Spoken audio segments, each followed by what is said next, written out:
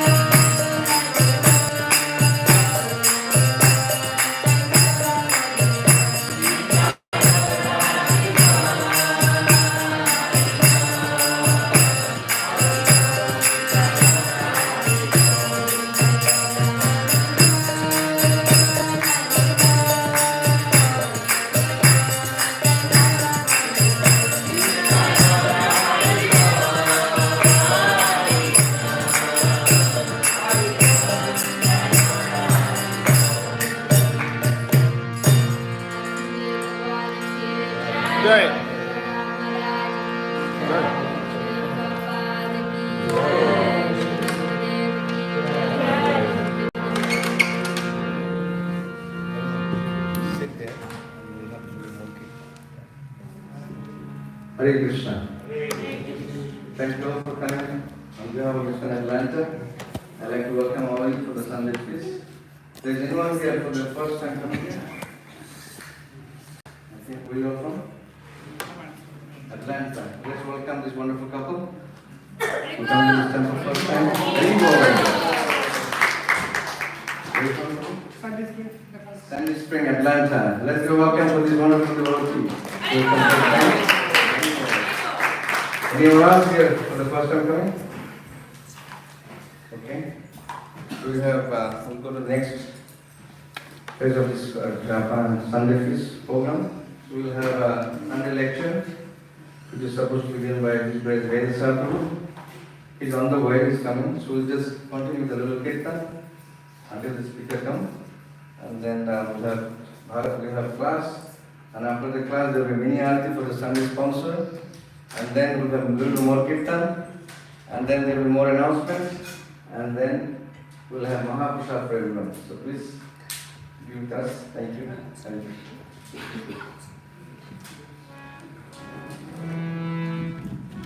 Just change your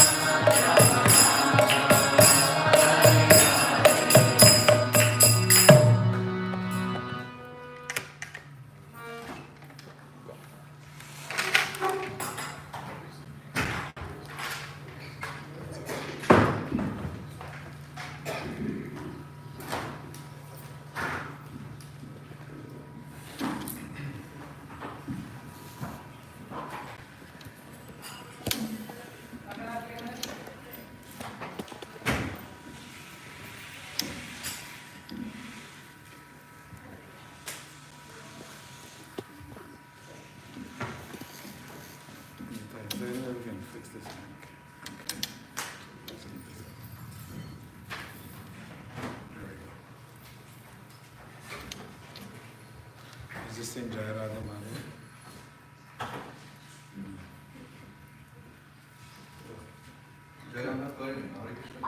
Hare Krishna.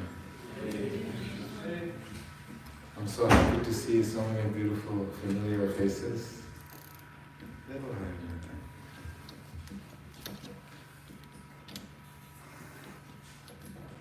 That's good.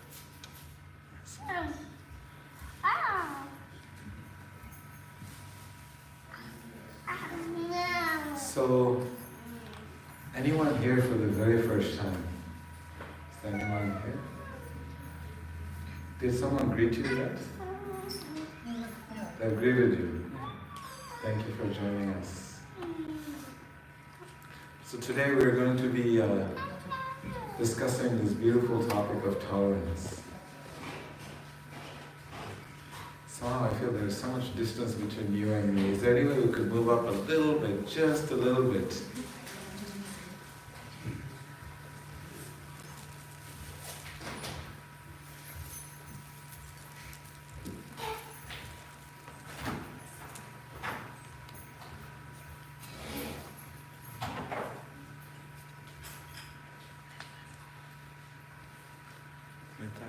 If you go to my hand right here, there's a little piece of paper that I wrote.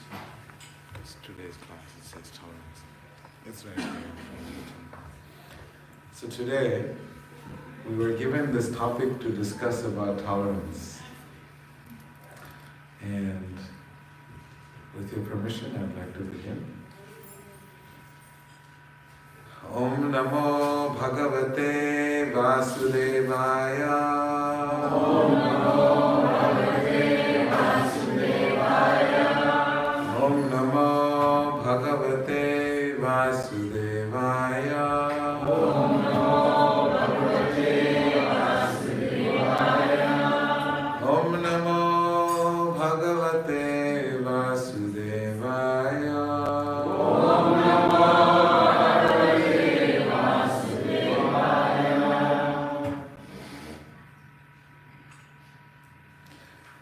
So we'll read, we'll just discuss this topic of tolerance from the teachings of Srila Prabhupada. Who here knows this word tolerance, what it means? Raise your hand if you know what tolerance means. Raise your hand.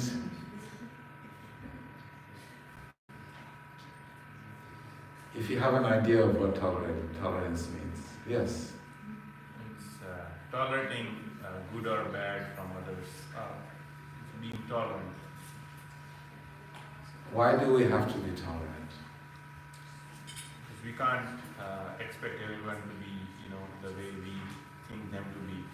They'll be different. They'll have different mood. They'll have different nature. Very nice. Let's give Prabhu a big.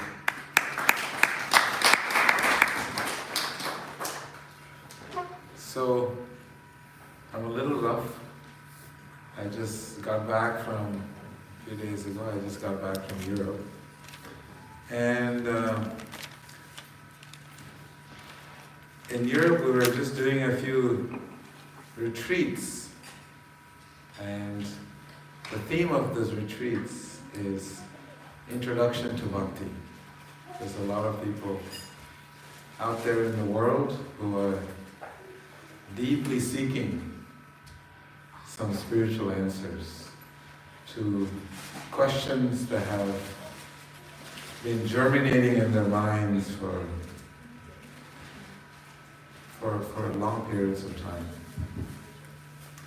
And one of the common questions that people have in their minds, in their lives, is trying to understand what is the purpose of their lives.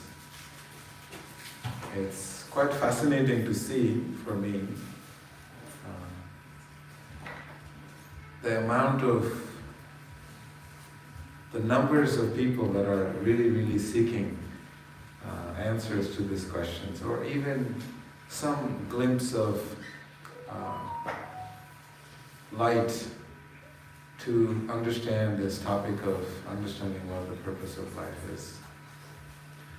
And we had incredible turnouts.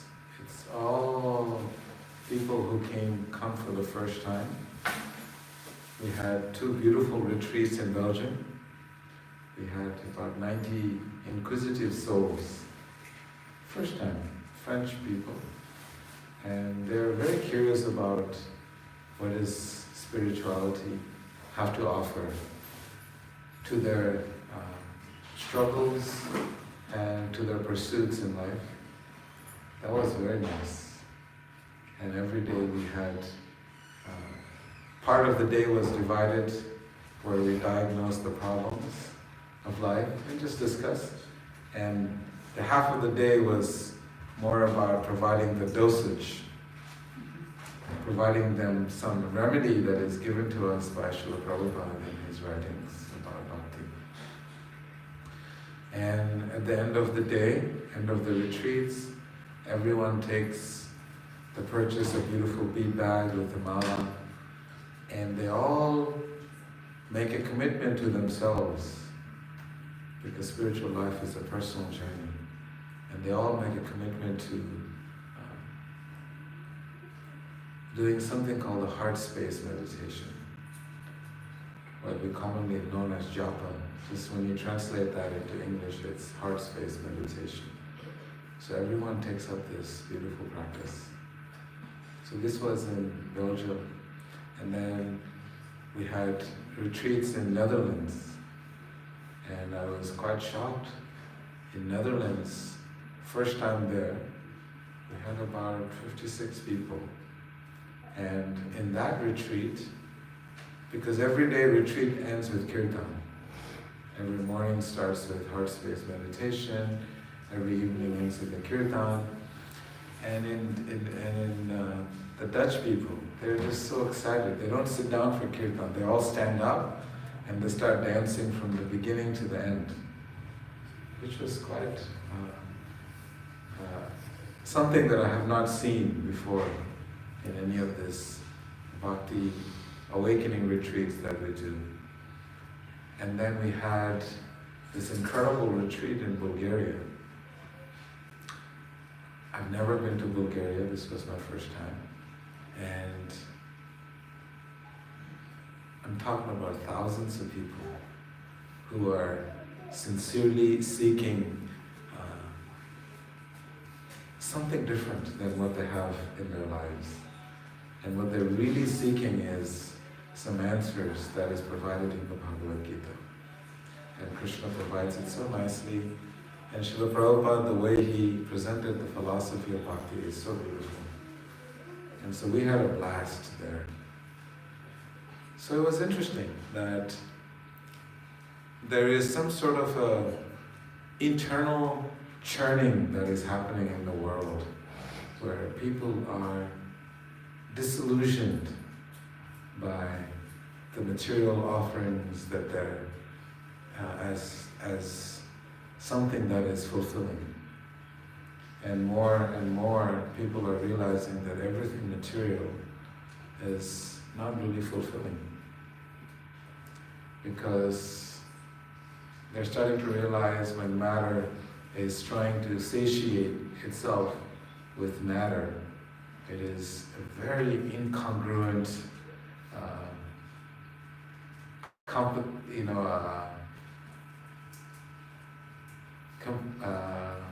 composition to try and find a solution to peace. Because the heart genuinely wants loving relationships, and heart genuinely wants a relationship with God. And it wants to relish that, the soul by nature. But when the mind translates that, mind has its own unique way of translating what that love feels like. Because all our spiritual desires are translated through the mind. It acts as the translator, and when it translates that, it translates to seeking material pleasures to satiate a spiritual desire. And it's very incompatible.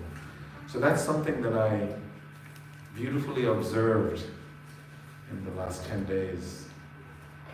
We had retreats every day. I mean, in Netherlands we had retreats during the week, and so many people show up. They take off work because they're looking for Krishna. So that was refreshing, and I'm so happy to be back. So we have 30 minutes, and our topic today is tolerance. Why is it that we have to learn the art of tolerance? And as Prabhuji is mentioning, the reason we have to learn to tolerate is because we want the world to conform to how we want things to be. We want things to go our way at every aspect in our lives. And unfortunately, that's a very big ask for a little person to change how the world is going to conform to us. That's a big ask. And because of that, we are frustrated. And that leads to one thing after another, where this uphill task of conforming the world and our environment to our needs is something that is a battle that has already been lost before we started it. Because to fight against time and material energy, it's a very difficult task. So therefore, tolerance is something that we have seen in the lives of the saints in our Gaudiya Vaishnava tradition. There's so many beautiful examples. In the Srimad Bhagavatam we see it in Chaitanya Charitamrita. And we see it in the lives of all our teachers. I wanted to sing a beautiful song, but because of time we will not have time. But the song is written by Bhaktivinoda Thakur. Who here knows Bhaktivinoda Thakur? Raise your hand. Who here does not know Bhaktivinoda Thakur? Raise your hand. Who here could care less who Bhaktivinoda Thakur is? It's okay. It's always good to not know. And so this Bhaktivinoda Thakur is an incredible teacher in the line of Gaudiya Vaishnavism. He is considered to be the pioneer of this bhakti movement. You heard of this term bhakti? Who here heard of this term bhakti? Raise your hand. Raise your hand if you have not heard the term bhakti. Yes, just for you, girl, I'm going to share it with you. Bhakti means, it means love. It means transcendental, pure, unconditional, eternal spiritual love. And her name is Bhakti Devi. And so, this movement of bhakti, how to inaugurate this internal revolution that happens where our material conditioning is given a little cap and our spiritual awareness expands in its full capacity, because that is who we truly are. So this is what Bhaktivinoda Thakur, he actually came to this world for. And he took this bhakti movement to a length that has never been seen before. And that's why he's considered to be one of the greatest acharyas who taught by example in this line of bhakti tradition. So he sang a song, Manasa Deho Geho Jo Kichu Mon Arpilu Tuapade Nanda Kishore. Incredible writer, where he is singing this song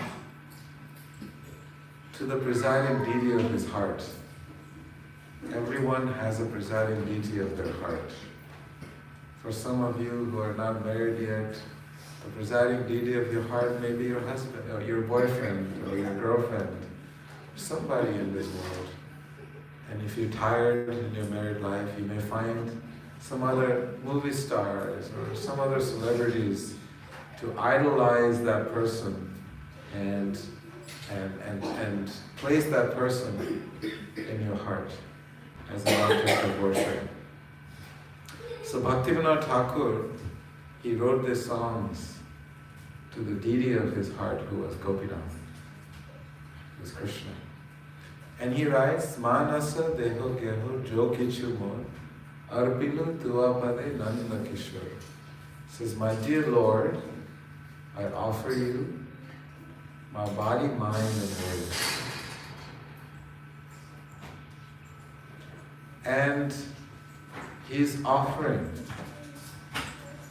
to Gopinath, his Lord, within his heart, all these beautiful possessions that we consider very dear in the material world. And in that song, it's very interesting. When we sing that whole song, he really, really goes into the depth of realizing that material world has many, many things to offer. But his heart only and sincerely only desires the spiritual eternal connection with Krishna, the Lord of his heart. And why am I talking about Bhaktivinoda Thakur in this song and this topic of tolerance? When we see the life of Bhaktivinoda Thakur, can you hear me back there? Amrit, you can hear me, right? When we look at the life of Bhaktivinoda Thakur, he has written a very beautiful book called Swalikhita Jivani, which is his own autobiography.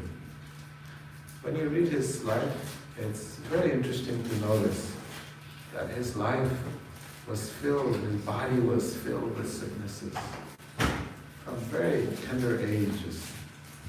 Because those days in India, there was not a lot of advanced medical science. So there was always some sort of dysentery, diarrhea, some constant sicknesses that he would experience.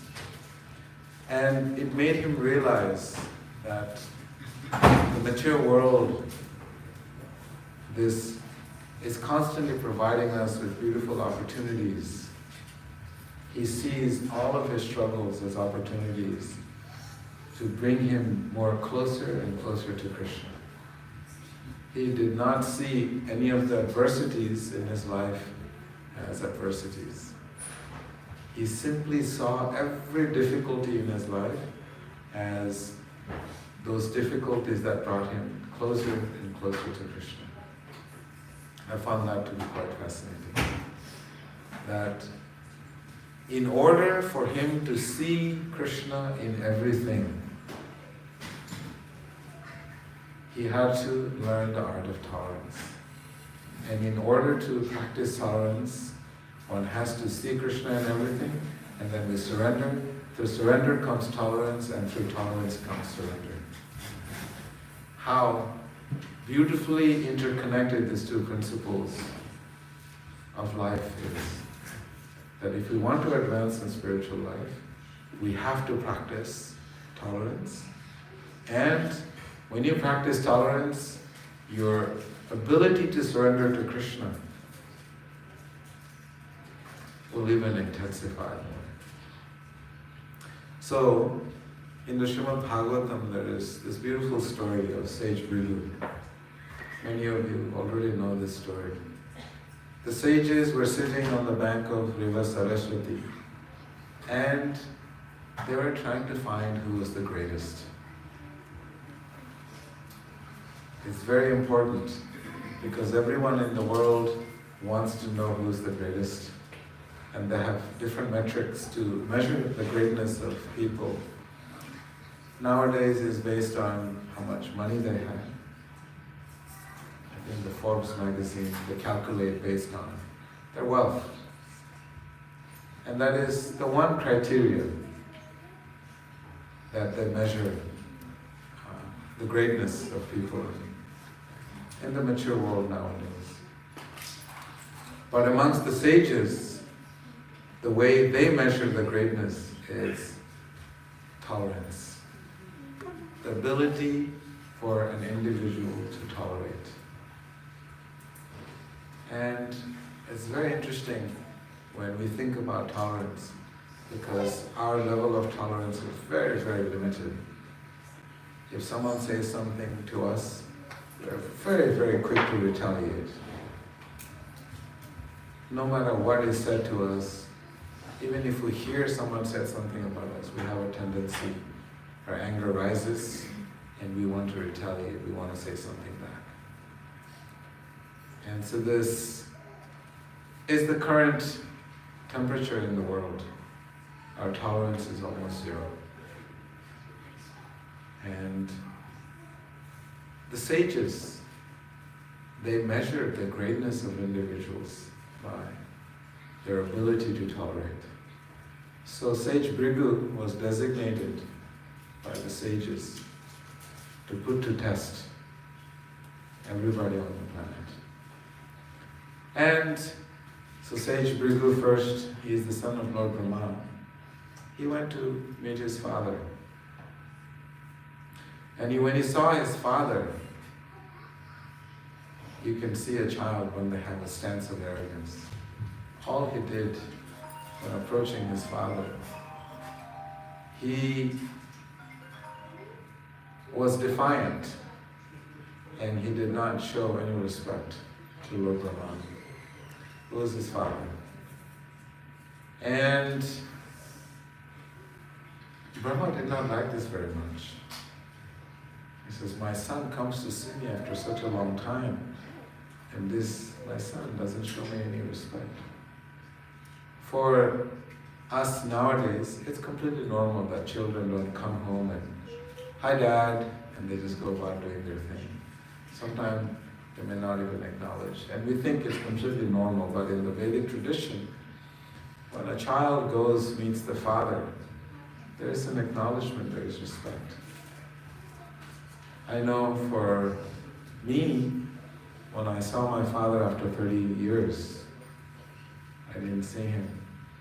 When he was departing this world, somehow as soon as I saw him, I immediately went down and touched his feet and paid my obeisances, because it was somehow inculcated in the culture that I was brought up in, that we must respect our parents. So I paid obeisances to him. And so this was the tradition in the olden days. And Sage Bhrigu, he did not show that respect to Brahma. And Brahma was extremely furious. Very, very angry that his son, that his own son did not show him any respect. And Bhrigu got his answer. He says, okay, I see how it is. And then he moves on and then he goes to the abode of Lord Shiva. Lord Shiva is the brother, son of Brahma. He's the brother of Sage Bhrigu. So he sees and he goes to see Lord Shiva. And Lord Shiva comes to give him an embrace. Brothers, when you see brothers, you embrace your brother. So happy to see him. And Bhrigu was like, hold on a second, man. Don't touch me. You're dirty. You're covered in ash. You're covered in snakes. I don't want this. I don't want this affection from you. And Lord Shiva was very upset. You know, he's Rudra, he's very angry. You're my brother, I'm trying to show you some affection, and this is how you talk to me. And he got extremely furious. And you know, you don't want to get Lord Shiva angry. Because when he gets angry, everything gets destroyed. It's what happens. But Parvati Devi, she calmed him down. And Bhrigu got his answer. So Bhrigu kept roaming around and he went to Vaikuntha. And he sees Vishnu laying down and he goes and kicks Vishnu in the chest. And Vishnu wakes up from his deep meditation and he notices sage Bhrigu standing in front of him. And he inquired from the sage, "Oh sage Bhrigu, is everything okay? I have a stone-like heart. I hope it did not hurt your feet." And he was inquiring about the well-being of sage Bhrigu.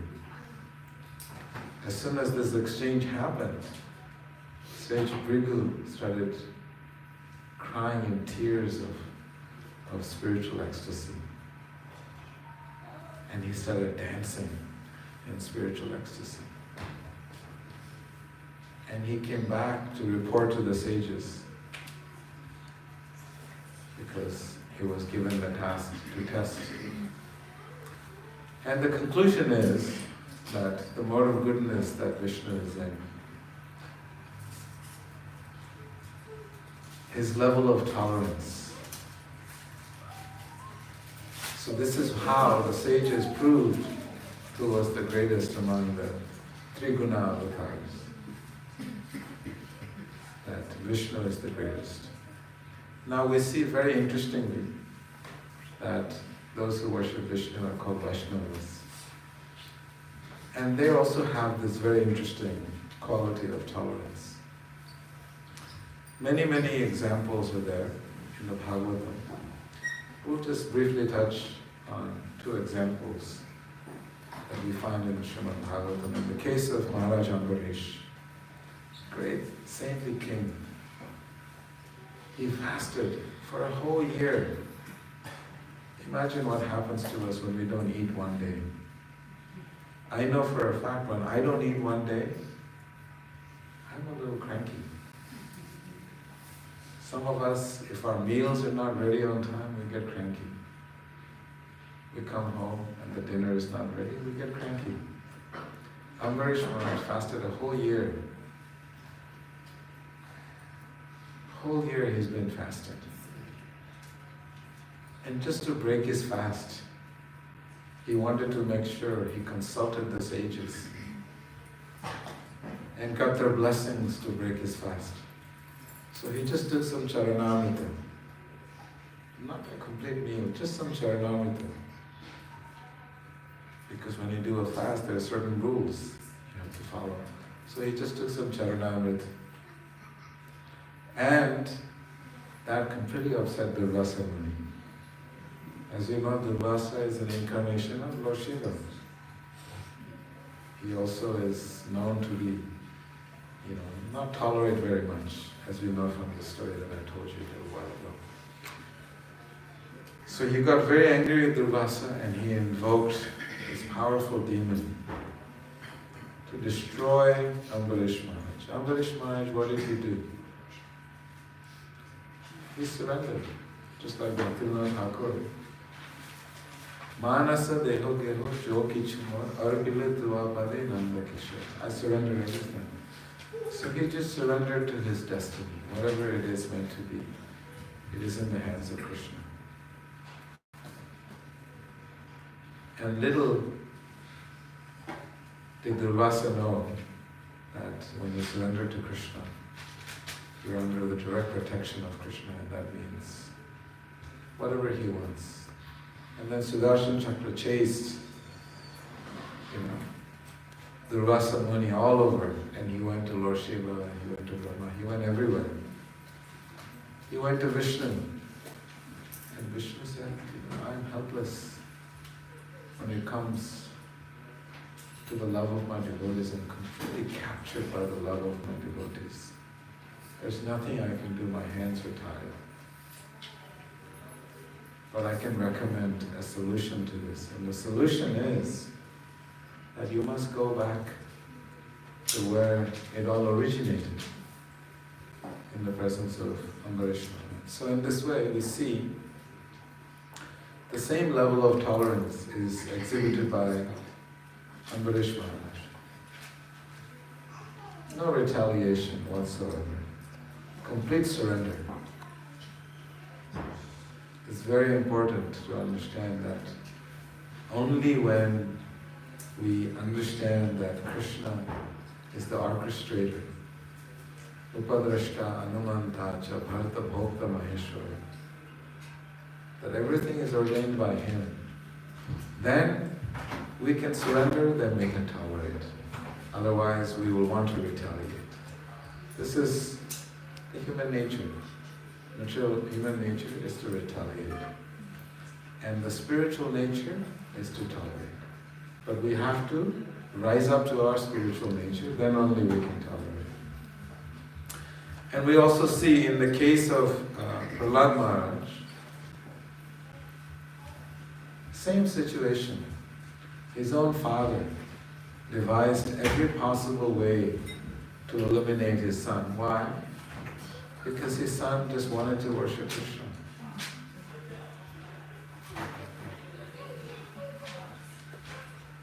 I mean, we talk about, giving freedom of expression. Prahlad Maharaj, all he wanted to do was to worship Krishna. And because he chose to worship Krishna, his father tried to kill him in every possible way. And what did Prahlad Maharaj do? He tolerated. Cooked in hot oil, tolerate. Trampled by mad elephants, tolerate. Beaten by poisonous, venomous snakes, you tolerate. And finally, when his father gets killed by Narasimhadev, what does he do? He asks Narasimhadev for his father's deliverance.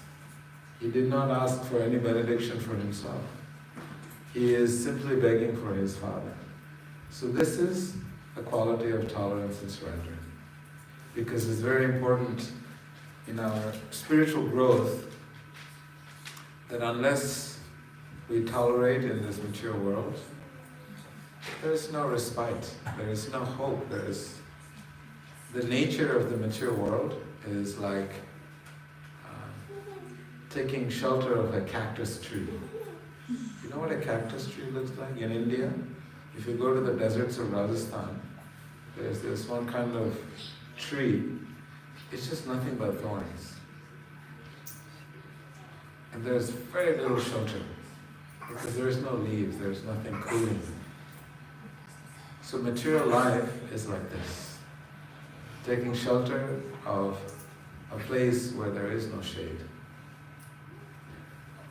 So we see how devotees who are surrendered to Krishna, they have very interesting 3-step process where they're able to completely see the hand of Krishna in everything. Why? And the reason is because they realize that they're dealing with very formidable enemies in the world. It seems very invisible, but they exist. And there are 6 enemies. Who remembers them? Anyone want to take shots? Yes, Mataji. Slowly, so everyone can hear. Kama, lust, anger, illusion, greed, envy, jealousy. Nice. Is it close to envy? Something very similar. There's a slight difference. So there's 6 enemies. They don't come with weapons. They don't have big machine guns and machetes, but they exist within ourselves. So we are in a battle where the 6 enemies are our constant companions. They don't leave us. Even when we leave this body, they follow us. And they keep stalking us no matter where we go in the world. So, and it's a fight that we will not win unless and until we surrender. And so there's 3 steps that we see the sages have taken, or 3 expressions of dealing with tolerance. Step one is acceptance. Accepting everything in this world as the way it is and is ordained by Krishna. We're not here to change the world. We are simply here to see how we can cultivate this bhakti in our heart and thereby change ourselves when we are fully surrendered to the personification of bhakti, to this transcendental embodiment of eternal spiritual love. So, acceptance. And it's very deep because acceptance is very hard. Our situation is very difficult to accept. Why am I not the most richest person in the world? I can't sleep at night because I don't have the biggest house, the fanciest car, the most handsome features, name, fame, recognition. I don't have all of this. And so therefore it's very difficult. Everyone in this world, they feel that there is something that we have to, some benchmark that we have to reach. And that benchmark is set by our mind. And that benchmark is constantly shifting and moving because that's how it works. The mind is never satisfied and the benchmark just keeps shifting and moving. Imagine playing a game where the goalposts are constantly shifting. The likelihood of you winning is very slim. And so this is something that we see in all the sages. Acceptance. Whatever their situation, whoever, wherever, whatever situation they're in, they accept. Prahlad Maharaj we are saying. And the second is respect for it. Acceptance means you respect that there is a higher force that is controlling things that we have no control over. And it's very interesting to know that there's very little control that we have. When the food goes into our mouth, we do not have control over what happens afterwards. We don't have a machine to grind down the food and turn it into energy and circulate it through our bodies. That's not how it works. We just have the capacity to grab some food and shove it down our mouth. And it does whatever it does. Because there's a beautiful arrangement where Krishna arranges that the food is broken down and turned into energy. And then we're able to function. So very little control that we have. And so, we learn to respect that there is a higher force that is completely beyond our control. So acceptance, respect, and appreciation. And this is a high level. When you're able to see Krishna in everything, then you learn to appreciate everything in the world. Everything has a very unique purpose, and everything and everyone is put into this world for a unique purpose that we may not know. And so we learn to appreciate it. And if we learn to practice this appreciation every day that we see in the lives of the acharyas, everything is appreciated. Prahlad Maharaj is singing, Yantah pravesha mama vacha mimam prashuttam sanjivayatya kila shakti dharam swadhamma anyamscha hasta charana shravanat vagadim pranan namo bhagavate purushaya tubhyam. He is offering obeisances to Krishna in the form of prana, in the form of life, because the air that we breathe is not what keeps us alive. The oxygen is not the chemical that keeps us alive. It is the life within these oxygen molecules. That is Krishna. That is what keeps us alive. So the sages are showing appreciation for the air, the oxygen molecules in the form of Krishna. This is the level of gratitude and appreciation we see the sages have. Prahlad Maharaj speaks that. So, this tolerance is defined by Srila Prabhupada in Krishna book, which is a translation of the 10th canto of Srimad Bhagavatam. Ability to tolerate provoking situations. We are provoked by the 6 enemies that are invisible to our eyes, but they are all pervasive in the expressions that we see in the world. And sometimes, when we realize that when we stop fighting material reality, then we'll be able to realize the spiritual reality, and that is tolerance. When we literally stop fighting the material realities. There's things that are so raw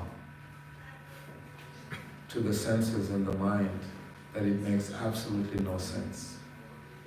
When everything in the material world makes no sense, then the spiritual senses, the spiritual Krishna consciousness makes sense, because you will see Krishna in this, in everything. And the third point I make is that tolerance is not a weakness, actually. It is a level of spiritual maturity. The more we mature, more we'll learn to tolerate. You know, sometimes we say that when someone gets old, we call them wise. He's a wise person. What it really means is he just stopped fighting the world. And why did he stop fighting? It's because his level of tolerance, his observation of the world and how things work and what he can and cannot change. There is more reality in his life. So, tolerance is a sign of maturity. And the point that I made first is tolerance enables, and it's very synonymous with surrender. When we surrender to life, when we surrender that there is a higher plan in everything that we do, then we're able to tolerate. Otherwise, it's very difficult. So in conclusion, we see that Rupa Goswami explains, Vacha Vegam, Manasaha, Krodha Vegam, when we control the 6 urges of the senses. And when we say control, we're here talking about tolerance, because they're not going anywhere. Only when you give into those urges do they thrive and do they grow. If you don't give into anger, anger is not going to grow. But if you continuously meditate and think about that anger, it will come out. And it grows bigger and bigger and bigger. So when we feed into the 6 enemies, by spending time with them, dwelling in them, and living with them, and trying to have a relationship with them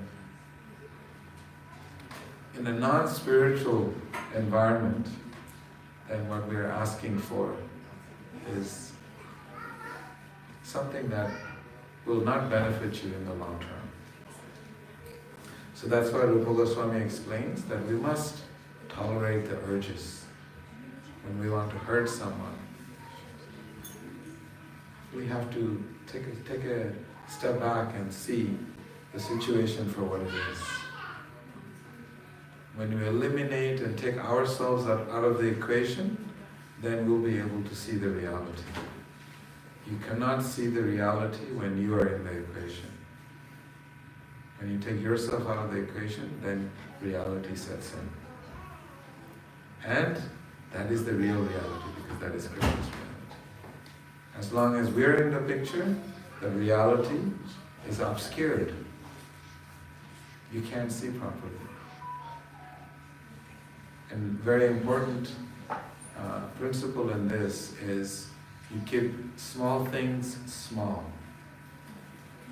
in dealing with tolerance. That means everything in this world that we're experiencing, everything that we're going for, is extremely small in the grand scheme of universal plans of Krishna. nothing in this world is so big that we cannot tolerate. And that is the instruction that Rupa Goswami gives us. Keep things where they belong. It's small. We're very minute little entities. Our problems are very, very minute. And let us not feed into those 6 enemies and let those enemies become fat and big and strong, so we become defeated. This is the recommendation of Rupa Goswami. Srila Prabhupada ki jai. So this is our discussion on tolerance. Any comments or questions? Anything needs more clarifications or objections? Yes. Thank you for a very nice lecture, Prabhuji. My question is, tolerance can be sometimes understood as weakness, let's say, whether you're at work or in your family. If you tolerate, they might think, okay, it's okay to push this person, he's tolerant or he's weak. How do we differentiate or, not that happen to us? Tolerance does not mean that you don't act. We look at Arjuna being ordered by Krishna to fight. Arjuna wanted to tolerate all the atrocities committed to the Pandavas. They tolerated all of it. All of it. Even on the battlefield while they were going to get killed, Arjuna still wants to tolerate it. And Krishna says, no. Real tolerance means you fight. So we should not take tolerance as a weakness. Tolerance is really a strength. And tolerance means upholding the principles of dharma.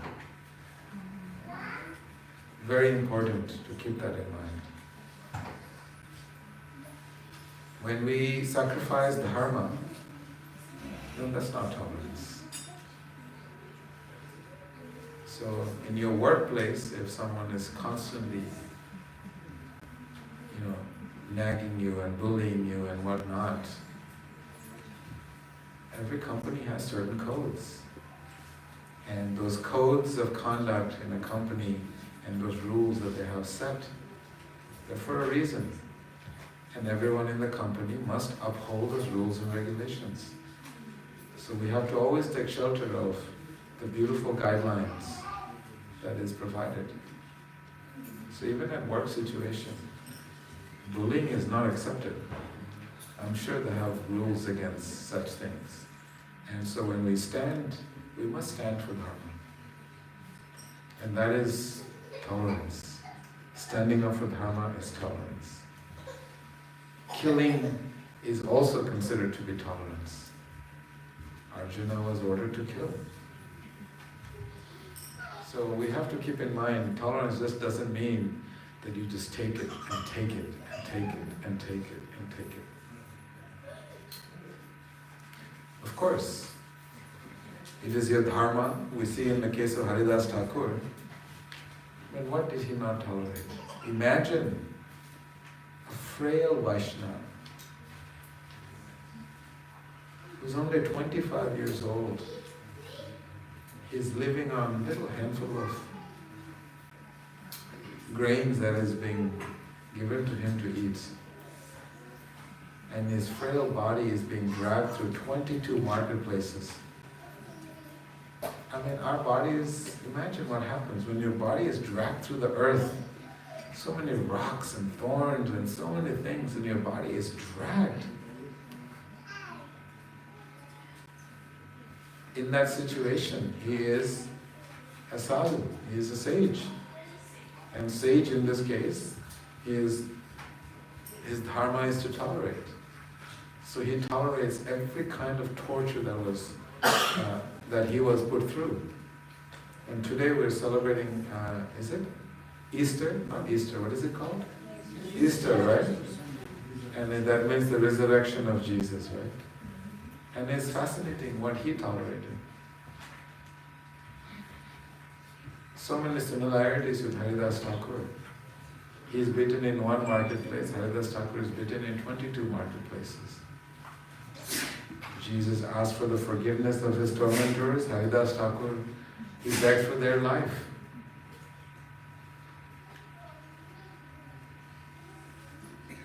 So, a lot of similarities we'll see in people who practice dharma and practice spiritual life. So I don't have a practical solution for you because I'm not from the corporate world, but one thing I do understand is that there must be, and there has to be certain rules that protects you. Because you're giving them everything you have. And it is their moral obligation and duty to make sure that you're not harmed in any way while you're working. So my question was not in terms of workplace bullying, but sometimes let's say you have a team of folks who are working for you, right? They might be not performing as much as as if they should be, or they are still not like bullying you or something like that, but they are not doing their job properly, right? And if you keep tolerating that, they might think, okay, you are a weak manager or weak supervisor. Yeah. So, I always feel that leadership through legislation is very difficult because the element of fear is the main factor that triggers success. And that sometimes is not the best result. I always believe that leadership with inspiration rather than legislation is a better option. So in my spiritual experience, I feel that if we can inspire others, it's better than to legislate their success or their productivity. If we try to legislate it, then, you'll get a certain result. But through inspiration, then the result is boundless. Because it's contagious, it's powerful, it's coming from deep within their heart. You are literally touching the core of their existence. When you lead and when you govern through inspiration, you are literally touching the very core of their existence, and that is the seat of the Supersoul, and that is the seat of purity. And so obviously the result and the output would be extremely broad and extremely powerful. So I don't know how the workplace situation works, but I always think that why not be the inspiration? I was told that if you want to ask anybody to do anything, you must do it 3 times more than what they're doing, and then they will be inspired. Of course, this works in the spiritual world, in the spiritual communities. Legislation-wise, I'm not quite sure how well that works. So I don't have a great answer for you. Anyone wants to add to that? Yes. Please elaborate. Be tolerant more than a tree, and be humbler more than grass when you step on. It's very deep. It's very deep. Yes, thank you, Prabhu. Yes, you want to add something?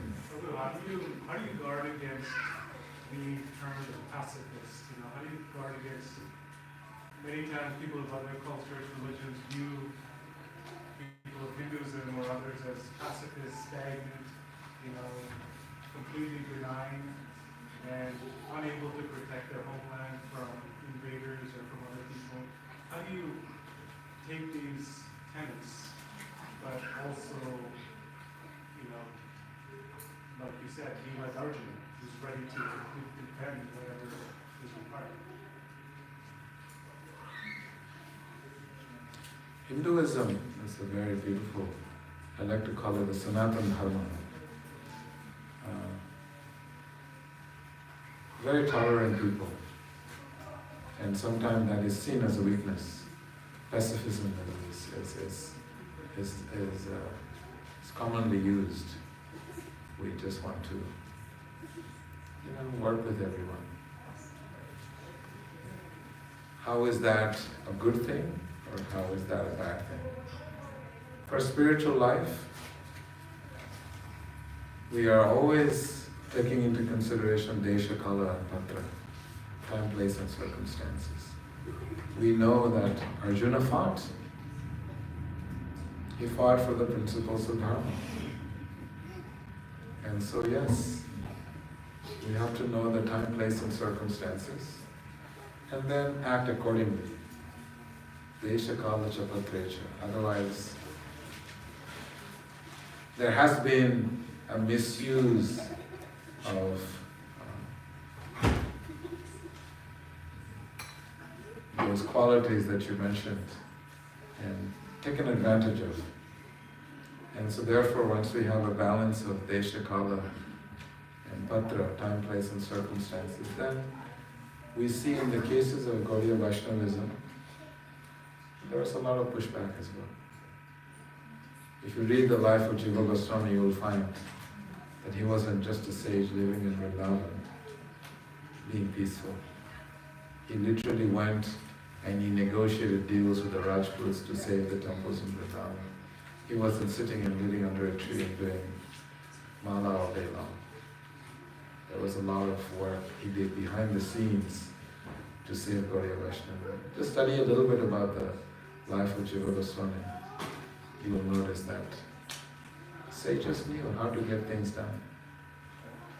And sages also fought whenever time was needed. You know, they took up weapons. They just took a blade of grass and just burned people to ashes. So, time, place, and circumstance, I would say, is something that is very important in these considerations. I don't know if that helped at all. Anyone else would like to add? Yes, Garima.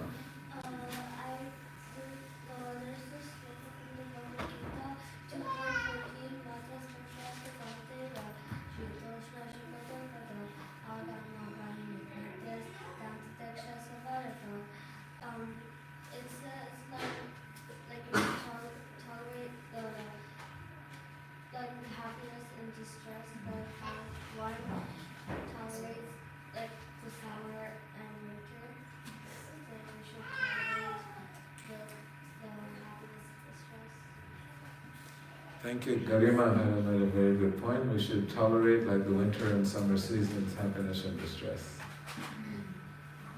Why? Because it comes and goes. You will never be sad forever. It will come and will go. It's just as happiness will not last forever.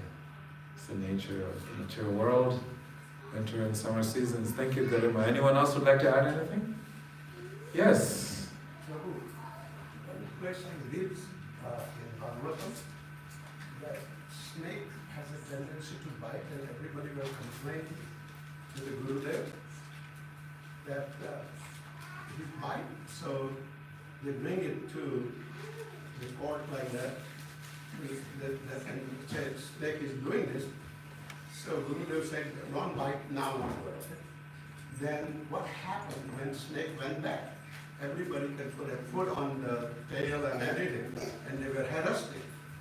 So he come back to complain to Gurudev, and Gurudev again answered him differently this time. He said, "Yeah, I told you not to bite, but I didn't tell you to make a noise like the Pumpalamara. I don't know the English words, but he said, I never told you to do that. So we can defend it, and we don't have to fight it all the way, okay? Just like dog also. Dog also do the same thing. Like you try to do something, they try to bark, okay? But they are not going to bite you. And they try to give a low fear. Yes. That's Very how good. we have to use The this. story of Narada Muni and the snake. sometime. Yes, Narada Muni and the snake. Very good story, Jimmy. Very important. Thank you so much for sharing that. You have a question, you have your hands up. Please tell us your beautiful question. I can't see Krishna. Ah.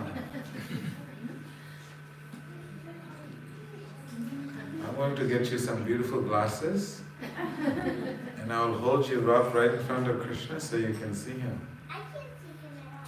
I can't see him at all. You can? Yes.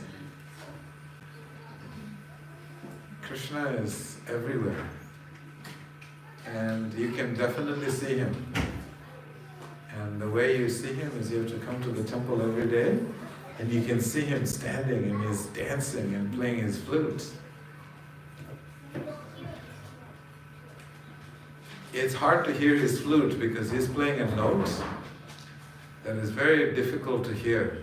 And we have to become extremely good musicians to be able to hear the sound of his flute. And we will work on it together. And that's what we do. Every day we work on fine-tuning our musical abilities so we can hear Krishna's flute. And I can guarantee you there are people who work on it whole life to become extremely well-talented, equipped musicians, that when they leave this world, they hear Krishna's flute calling them. And their heart goes with the sound of the flute and they enter into the spiritual world. And it's so beautiful. When you listen to music, you just like get lost in the music. So similarly, when we leave this, when we work on ourselves and we become so good at music that we'll be able to hear Krishna's flute and we'll be able to join Krishna and dance with Krishna while he's playing his flute. But you don't even hear it. How do you do that? Yes. We're not able to hear it because we haven't had enough practice. But you'll be able to hear it. You know how I know? Because there was a young boy, Dhruva, he was 5 years old. How old are you? 6. He was younger than you. And he heard the flute of Krishna. And he wrote about it. I read it in the book. And the book is called the Srimad Bhagavatam. Your dad has that book. You should ask him to read that book to you. Because you can hear the sound of Krishna's flute. And he has a special music just for you. Actually, the Acharyas explain that Krishna's qualities are unlimited. He has an individual quality for each and every one of the jivas just to attract you to him. So not just 64 qualities that we all know about, but he has unlimited qualities just unique just for you so that you can be attracted to him. So he has a special note for you, special music for you. Thank you. Hare Krishna. Srila Prabhupada ki jai. So we'll now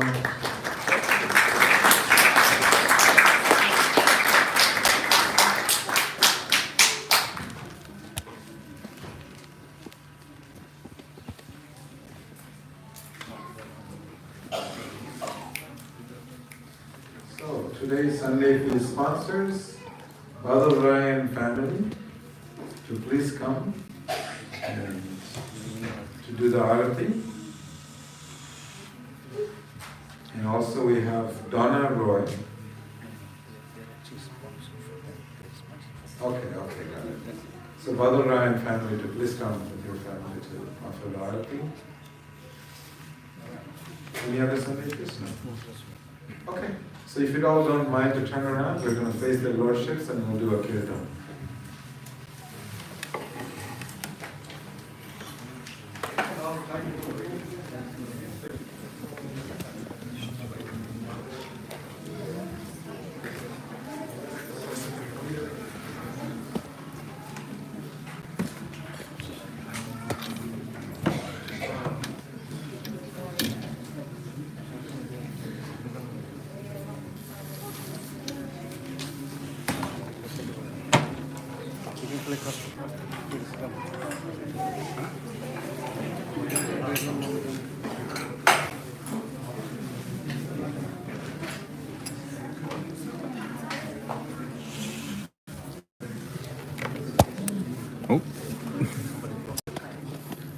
There is the car, Lexus Gray, RX 350, YAH D61 is blocking someone. If you don't mind to please help them out.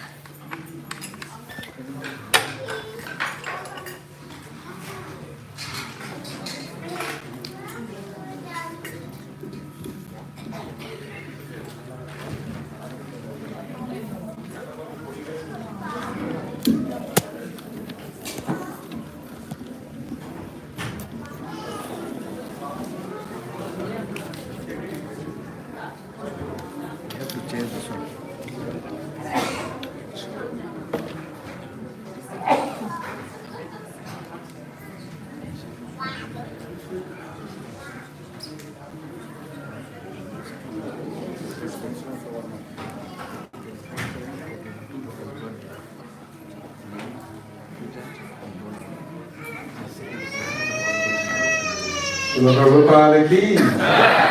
Srila Prabhupada ki. You have to let the children express their spiritual ecstasies. So I'd like to request Badal and family to please come up.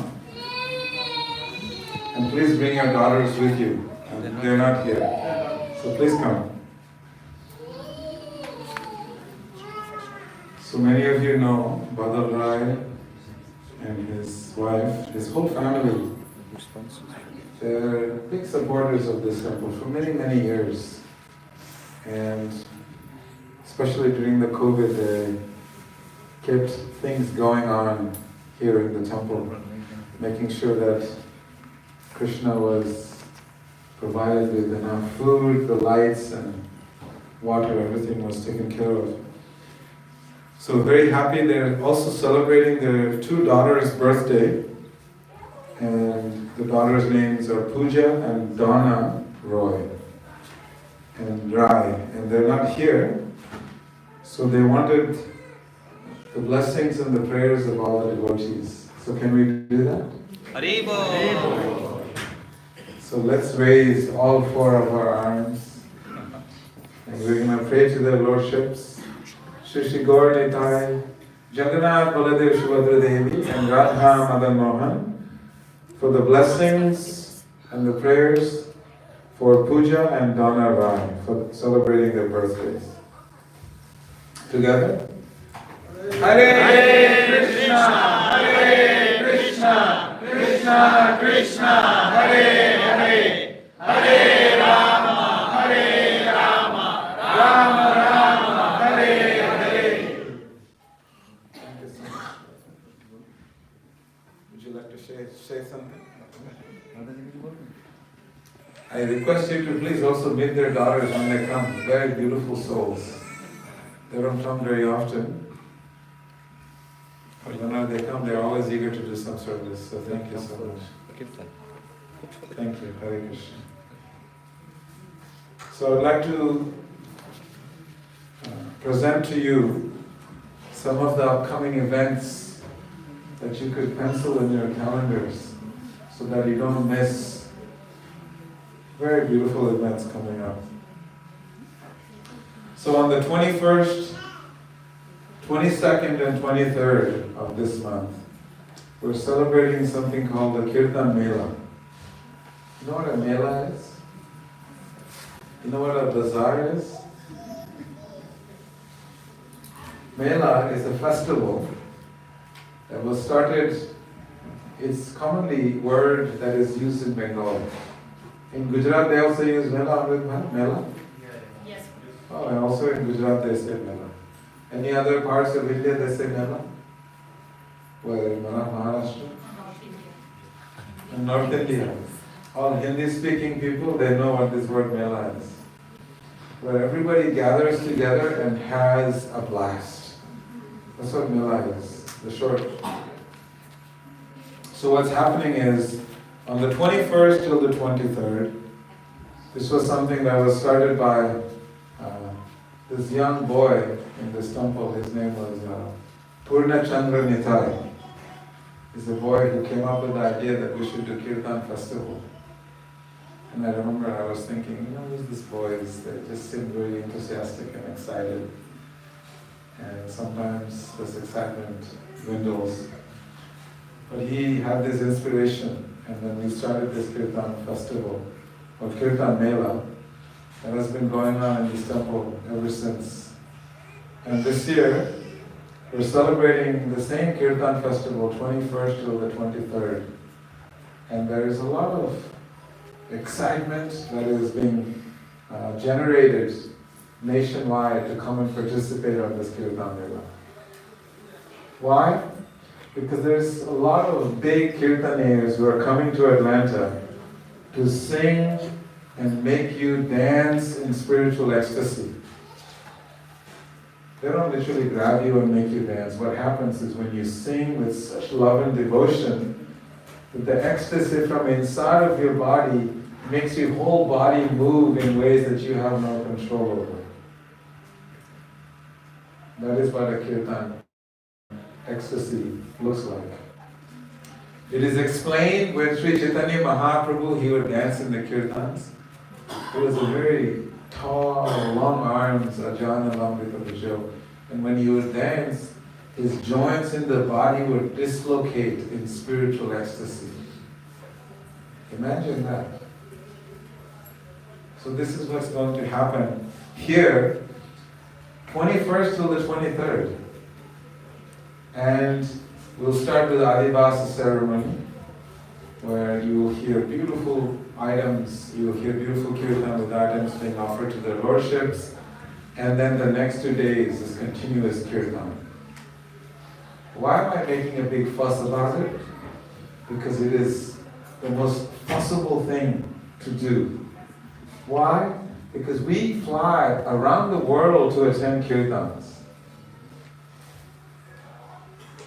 And guess what? All the great kirtaniyas are all going to come here to chant and dance with all of you. And every time you go to a kirtan festival, you'll have to find accommodation and pay for your prasadam and all kinds of stuff. Here in New Panihati Dham, we provide for everybody. Because this has been the tradition. We just want to serve you. We just want you to experience spiritual ecstasy.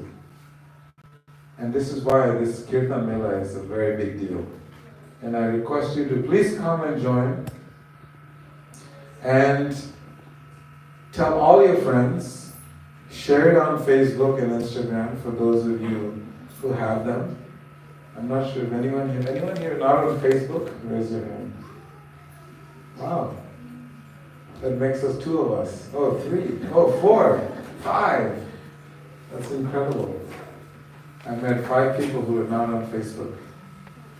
So please, share it with your friends, invite them to join in the celebration of spiritual ecstasy. Come and have ecstatic dance and have fun. Eat a lot of prasadam, chant and dance. Lakshmanan Prabhu, any names? Can you give us names of who are coming so people can... Lakshmanan Prabhu is big into kirtan. And it was his son, Purnachandra Nitai, who first inspired me to start this in Atlanta. So the names. Purushottama is coming. Bhakti Purushottam Swami. Why don't you raise both your hands and do a big Haribol? Haribol! Who else? Sachikumar Prabhu from Mayapur. Sachikumar, which is a very great Bengali kirtaniya. Everyone. Gauravani from Washington DC. Amen. Gauravani Prabhu from Washington DC. Anyone here not know Gauravani? Raise your hand if you don't know Gauravani. He's a great guy. He's a great guy, and he sings from the deepest corners of his heart. And it's so sweet when he sings, he will make you cry. And I'm not saying that because I'm saying it because other people have told me. I was just in Europe and people have listened to his kirtans and are overjoyed, and he will be here. Okay, who else? Amala Kirtan from Brazil. Amala Kirtan from Brazil. He is very well known in Brazil and also around the world. I know these people personally and their impact in the society. And Ajamil Prabhu from Canada. Ajamil Prabhu, for those of you who do not know him, he is the most animated kirtaniya you'll ever see in the world. He's so ecstatic even when he chants and sings. And then he'll also start doing a few moves with his dancing feet. And many more. And many more. And we'll keep you updated. We have more than 20 Kirtaniyas. More than 20 kirtaniyas coming from all over the world. Including our Gorima. Including Garima. Another internationally famous kirtaniya. Born and bred in Atlanta. Okay? So please. Anyone can respond to Maharaj? So the kirtan will start. Adivas will start on Friday at 6 p.m. So 10 a.m. to 10 p.m. on Saturday, 12 hours. And then again 10 a.m. to 10 p.m. on Sunday So 12 hours, 24 hours of kirtan. If you're busy, cancel whatever you're doing. You don't want to miss it. If you have a hot date, bring them to the temple on a spiritual date. Whatever you got going on, open up your schedules, come and join us. And it's very important declaration Lakshmana Prabhu makes. Please do not cook at home. We want to give Agni Dev a little break. You give him a break for 2 days, you come and eat here in the temple.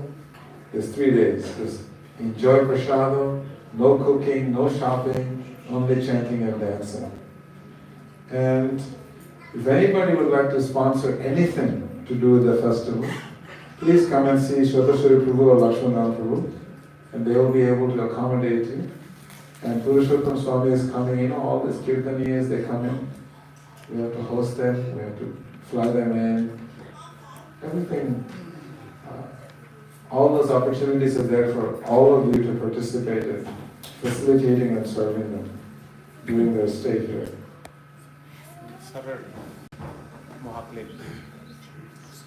And there is a Maha cleanup. Maha means great cleanup of the whole temple premises, preparing for Kirtan on April the 15th, which is a Saturday, 1 o'clock, and there will also be a big feast offered to you if you come and do some seva. So, what is that sign that says, I work for food? What is it? I work for food? So we serve for prasadam. So if you come and do some seva, we'll give you prasadam. And even if you don't serve, we'll still give you prasadam. So please come, even if you come just for prasadam. Come at 1 p.m. we'll feed you. Let me know who is coming, then we can make him prasadam. And who wants to come on April the 15th to do cleanup? Raise your hand. Who would like to come but are not able to come? Who has no desire to come?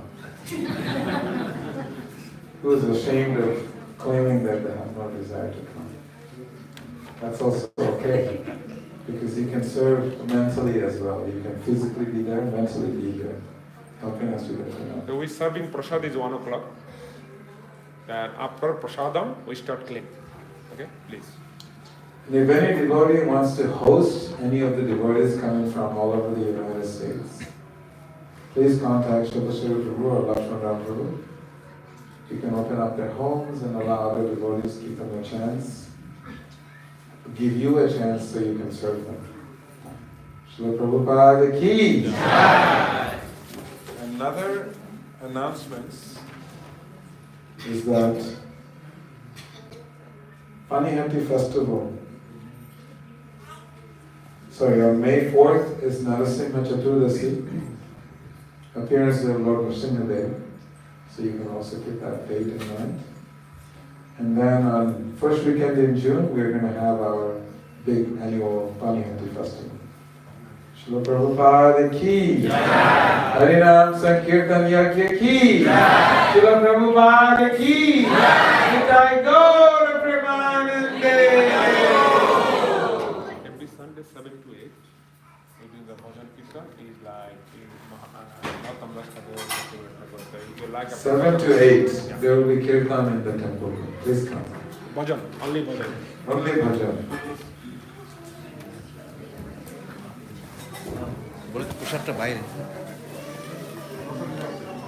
We'll serve the prasadam outside.